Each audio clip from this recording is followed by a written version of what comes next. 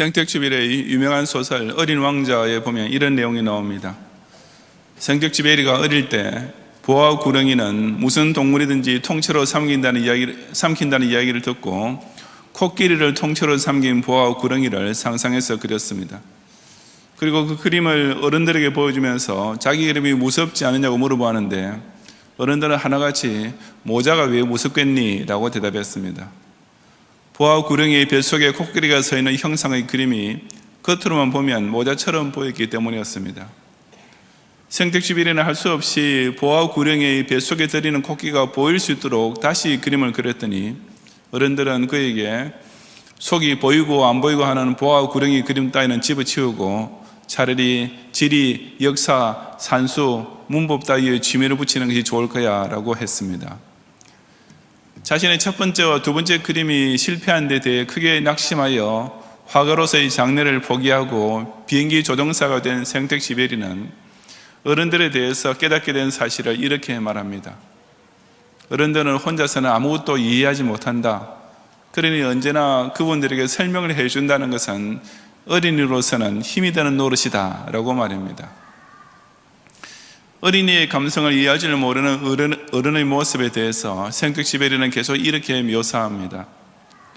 어른들에게 서로 사귄 친구 이야기를 하면 어른들은 제일 중요한 것은 도무지 묻지 않는다. 어른들은 그 친구의 목소리가 어떠냐, 무슨 장난을 좋아하느냐, 나비를 수집하느냐 이렇게 질문하는 일은 절대로 없다. 그 대신 나이가 몇이냐, 형제가 몇이냐, 몸무게가 얼마냐, 그의 아버지가 얼마나 버느냐 하는 것이 어른들이 묻는 말이다. 그 대답을 듣고서야 그 친구를 아는 것으로 생각한다. 만약 어른들에게 창틀에는 제라늄이 피어있고 지붕에는 비둘기들이 놀고 있는 아름다운 붉은 벽돌집을 봤어요 라고 하면 어른들은 그 집이 어떻게 생겼는지 상상하지 못한다. 그 대신 10만 프랑짜리 집을 봤어요 라고 해야 그들은 참 훌륭한 집이구나 하고 감탄한다. 생텍쥐베리는 계속해서 이런 식으로 소설의 주인공인 어린 왕자의 마음과 눈을 통해 어른들의 감성이 얼마나 무디고 어린이의 심정을 이해해 줄 줄 모르는지를 일깨워주는 것입니다.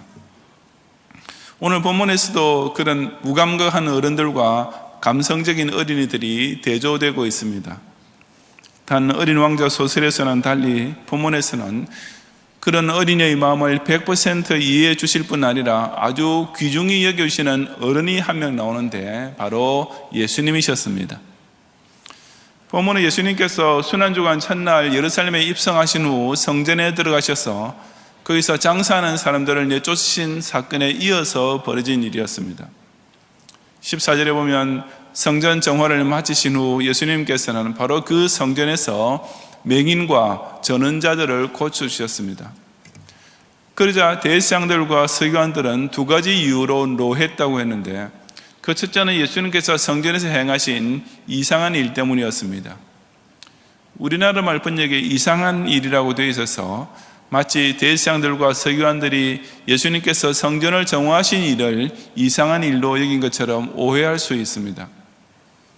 하지만 영어 성경에는 이 예수께서 하시는 이상한 일이라는 구절이 The wonderful things that he did 라고 예수님께서 행하신 놀라운 일들이라고 번역되어 있습니다. 즉 이것은 예수님께서 바로 조금 전에 성전에서 행하신 일, 곧 맹인과 전원자들을 고치신 신유의 기적을 가리킵니다. 그런데 대제사장들과 서기관들, 명색이 성전을 중심으로 섬기는 종교 지도자라는 자들은 그처럼 성전에서 벌어진 기적을 보고도 기뻐하거나 하나님께 영광 돌릴 줄을 몰랐습니다. 오히려 그들은 그 때문에 분노를 터뜨리는데 그래서 물론 예수님에 대한 시기와 적대감 때문이었습니다. 하지만 대제사장들과 서기관들은 다르게 오히려 어린이들은 예수님을 향해 호산나 다윗의 자손이여 라고 찬송을 했는데 이것이 그들을 노하게 만든 두 번째 이유였습니다. 호산나라는 말은 잘 아시다시피 우리를 구원하소서라는 뜻으로서 예수님을 메시아로 인정하며 반기는 명칭입니다. 다윗의 자손 역시 메시아의 또 다른 별명인데 구약 성경에 장차 오실 메시아는 반드시 다윗의 혈통에서 태어나실 것이 예언되어 있기 때문이었습니다. 이 호산나는 예수님께서 조금 전에 예루살렘에 입성하실 때 많은 군중이 길가에서 외쳤던 구호이기도 했습니다. 하지만 그 어른들이 예수님께 호산나를 외쳤던 이유는 대부분 순전히 정치적 기대감 때문이었습니다. 즉 예수님께서 이제 예루살렘 성에 들어가시면 당신을 메시아로 추앙하는 군중을 모아 로마 제국에 대해 반란을 일으키고 유대민족을 해방시켜 줄 것이라고 기대했던 것이며, 물론 그것은 크게 잘못된 메시아관이었습니다. 본문에서 어린이들이 호산나 다윗의 자손이여라고 외친 것은 그 말의 뜻을 잘 알고 했던 것은 아니었을 것입니다. 왜냐하면 어린이들이 어른들처럼 우선 정치적 메시아를 기대하지는 않았을 것이며, 또한 예수님께서 신유의 기적을 베푸신 것을 보고 예수님을 진짜 메시아로 믿을 만큼 영적으로 성숙한 단계도 아니었기 때문입니다. 아마도 그 어린이들은 조금 전 예수님께서 예루살렘에 입성하실 때 길가에서 어른들이 외친 그 소리가 여전히 머릿속에 박혀 있었던 까닭에 그냥 신이 나서 따라 외쳤던 것이 분명합니다. 그런데 대제사장들과 서기관들은 그처럼 순진한 마음으로 호산나를 외친 어린이들에게 화를 냈습니다. 그래서 16절 상반절에서 그들은 예수님께 그들이 하는 말을 듣느냐라고 항의를 했던 것입니다. 이것은 저 아이들이 아무도 모르고 호산나를 외치고 있는데 왜 당신은 가만히 듣고만 있느냐, 좀 조용히 하게 하라는 뜻이었습니다. 즉 그들은 예수님에 대한 적대감으로 어린이들에게 대신 화풀이를 했던 것입니다. 어린이의 감성을 이해해주지 못하는 정도가 아니라 정말 속 좁은 어른의 부끄러운 모습이 아닐 수 없습니다. 하지만 예수님만은 그 어린이들의 감성을 100% 이해해 주셨습니다. 예수님께서는 그 제사장들과 서기관들에게 그렇다, 내가 잘 듣고 있다 라고 하시며 곧 이어서 어린 아기와 젖먹이들의 입에서 나오는 찬미를 온전케 하시나이다 함을 너희가 읽어본 일이 없느냐라고 반문하셨습니다. 너희가 읽어본 일이 없느냐라는 말씀은 그들에게 구약 시편 8편 2절 말씀을 읽어본 적이 없느냐는 뜻입니다. 그 시편의 9절은 주의 대적으로 말미암아 어린아이들과 젖먹이들의 입으로 권능을 세우시며 이는 원수들과 보복자들을 잠잠하게 하려 하심이니이다 라는 내용입니다. 그래서 주의 대적으로 말미암아 어린아이들과 젖먹이들의 입으로 권능을 세우시며 라는 구절을 좀 더 쉽게 번역하면 하나님께서 어린아이들과 젖먹이들의 입으로 당신의 권능을 찬양하게 하셨다는 말입니다. 그렇게 어린이의 입으로 천지의 만물을 창조하신 하나님의 전능하심을 찬양하게 하심으로 하나님을 대적하는 원수들 입을 잠잠하게, 즉 그들의 말문이 막히게 하셨던 것입니다. 예수님께서는 그처럼 구약에서는 하나님의 창조 권능을 찬양하기 위해서 사용하셨던 어린이의 입술을 이제는 메시아의 구원 사역을 찬양하기 위해 사용하신다는 의미로 인용하셨습니다. 그 결과 현재 하나님의 원수들, 즉 대제사장과 서기관들 같은 거짓 종교자의 입을 잠잠하게 만드시는 것도 같은 맥락입니다. 물론 대제사장과 서기관들은 그 시편 8편 2절을 익히 읽고 잘 알고 있었을 것이지만 그 구절의 참된 의미는 몰랐고, 더구나 그 예언이 지금 예수님에게서 성취된 것은 더더욱 모르고 있었습니다. 사실을 따지자면 지금 성경에서 예수님을 참여하고 있는 어린이들 역시 그런 깊은 뜻은 전혀 몰랐을 것입니다. 즉 자기네가 예수님께 호산나 다윗의 자손이여 라고 외치는 것이 곧 예수님을 구세주로 맞이하는 의미임을 제대로 인식하고 있지는 못했을 것입니다. 하지만 하나님께서는 그들의 찬미를 온전하게 만들어 주셨습니다.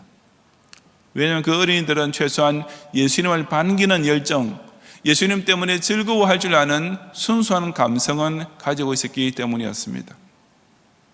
예수님께서 행하신 일을 보고 즐거워하기는 고사하고 오히려 화를 내고 예수님을 참여하는 어린이들에게 조용히 하라고 꾸짖는 어른들과는 달리 그 어린이들은 그저 순수한 마음으로 예수님을 찬양할 줄 알았기 때문이었습니다. 오직 그 순수한 심령 하나면 하나님께서 들으시기에 완벽한 찬양이 되었고 그 어떤 어른이 부르는 찬송보다 더 훌륭한 찬송이 되었던 것입니다. 바로 이것이 오늘날도 어른 교인들이 바로 깨달아야 할 사실이며 오늘 밤 성탄 찬양 예배를 통해 우리 경양교회 주일학교 어린이들에게서 오히려 배워야 할 모습이 아니겠습니까?